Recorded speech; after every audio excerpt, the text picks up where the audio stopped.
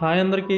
మీరు ఎప్పుడైనా the jury found him guilty లేదా a jury decides the verdict in a trial అనే మాటలు విన్నారా? ఈ జ్యూరీ అనే ఇంగ్లీష్ పదం అర్థం తెలుగులో ఏంటో ఎలా వాడాలో ఈ వీడియోలో మనం తెలుసుకుందాం. So let's begin.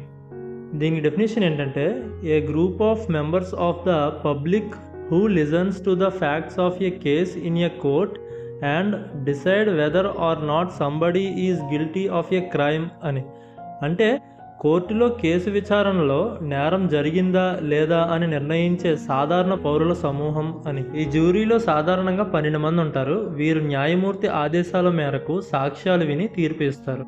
So jury అనేది కోర్టులో కేసు విన్న తర్వాత తీర్పు చెప్పే పౌరుల సమూహాన్నే జ్యూరీ అంటారు. దీనికి ఎగ్జాంపుల్ చూస్తే, the jury found the accused guilty అంటే జ్యూరీ నిందితుడిని నేరస్తుడిగా తీర్పు ఇచ్చింది అని అర్థం.